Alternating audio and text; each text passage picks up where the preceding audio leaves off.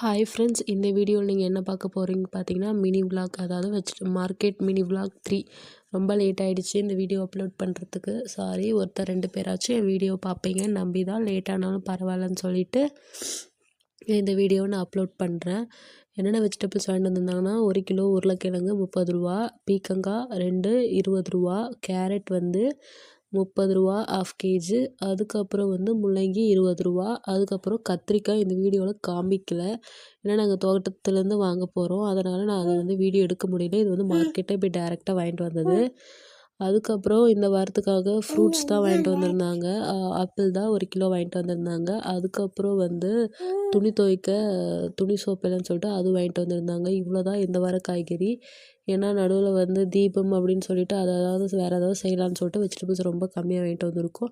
அதுக்கப்புறம் வந்து முன்ன வாரம் வாங்கின வெங்காயம் அப்படியே இருக்குது. தக்காளி எங்கள் தோட்டத்துலேயே காய்ச்சது இருக்குது. பூண்டும் இருக்குது. அதுக்கப்புறம் சாம்பார் பொடி அந்த மாதிரிலாம் இருக்குது. தேங்க்யூ.